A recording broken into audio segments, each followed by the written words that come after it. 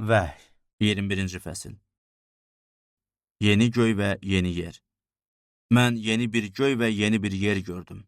Çünki əvvəlki yerlə əvvəlki göy keçib getmişdi. Dəniz də artıq yox idi. Mən müqəddəs şəhərin, yeni Yerusəlimin göydən Allahın yanından endiyini gördüm. Şəhər öz bəyi üçün bəzədilmiş gəlin kimi hazırlanmışdı. Taxtdan belə deyən uca bir səs eşitdim. Budur, Allahın məskəni insanların arasındadır. Allah onlarla birgə məskən salacaq. Onlar onun xalqı olacaq. Allah özü onların Allahı olaraq aralarında yaşayacaq. Allah onların bütün göz yaşlarını siləcək. Artıq ölüm olmayacaq. Yas, nalə və ağrı bir daha olmayacaq. Çünki əvvəlki şeylər keçib getdi. Taxta oturan dedi, budur, mən hər şeyi yenidən qururam. Yenə dedi, yaz. Çünki bu sözlər etibarı və həqiqidir. O mənə dedi, tamam oldu. Alfa və Omega, başlanğıc və axır mənəm. Mən susiyana həyat suyunun qaynağından müftə su verəcəyəm. Qalib gələn bunları irs alacaq. Mən ona Allah, o isə mənə oğul olacaq.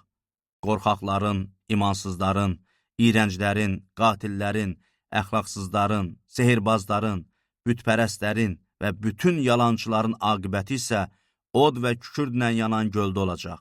Bu, ikinci ölümdür. Yeni Yerusəlim. Son 7 bəla ilə dolu 7 nimçəsi olan 7 mələkdən biri gəlib, mənlə danışaraq dedi, gəl mən sənə quzunun arvadı olacaq gəlini göstərim. O məni ruhda böyük və uca bir dağın başına apardı. Oradan mənə göydən, Allahın yanından enən müqəddəs şəhəri, Yerusəlimi göstərdi. Allahın etkamı orada idi. Oradakı işıq ən qiymətli daş, büllur yaşam daşı kimi parıldayırdı. Oranın böyük və uca divarı, 12 darvazası var idi. Darvazalarda 12 mələk durmuşdu. Darvazaların üstündə İsrailin 12 qəbiləsinin adı həkk olunmuşdu. Şərqdə 3 darvaza, şimalda 3 darvaza, cənubda 3 darvaza və qərbdə 3 darvaza var idi.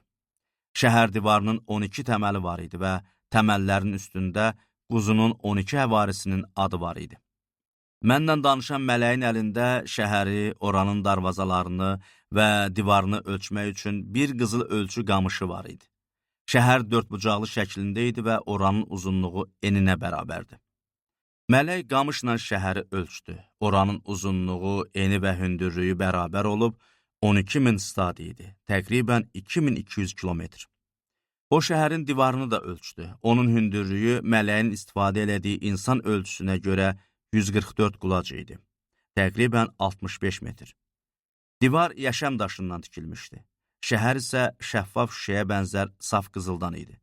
Şəhər divarının təməlləri hər cür qiymətli daşla, birinci təməl yaşamla, ikinci göy yaqutla, üçüncüsü əqiqlə, dördüncüsü zümrüdlə, beşincisi damarlı əqiqlə, altıncısı qırmızı əqiqlə, yedincisi sarı yaqutla, səkkizincisi berillə, doqquzuncusu topazla, 10-uncusu zəbərcədlə, 11-incisi sirkonla, 12-incisi ametistlə bəzədilmişdi. 12 darvaza 12 mirvaridən idi. Hər darvaza bir mirvaridən düzəldilmişdi. Şəhərin baş küçəsi isə şüşə kimi şəffaf olan xalis qızıldan idi. Mən orada məbəd görmədim. Çünki oranın məbədi külli ixtiyar Rəbb Allah və quzudur. Şəhərin işıqlanması üçün nə günəşə, nə də aya ehtiyacı var. Çünki Allahın ehtişamı oranı işıqlandırır. Quzu da oranın çırağıdır. Millətlər şəhərin işığında gəzəcək. Yer üzünün padşahları cah-cəlalını oraya gətirəcək.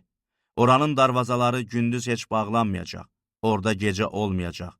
Millətlərin cah-cəlal və şərəfi oraya gətiriləcək. Oraya murdar olan heç bir şey, iyrənc iş görən və yalan danışan heç kim əsla girməyəcək.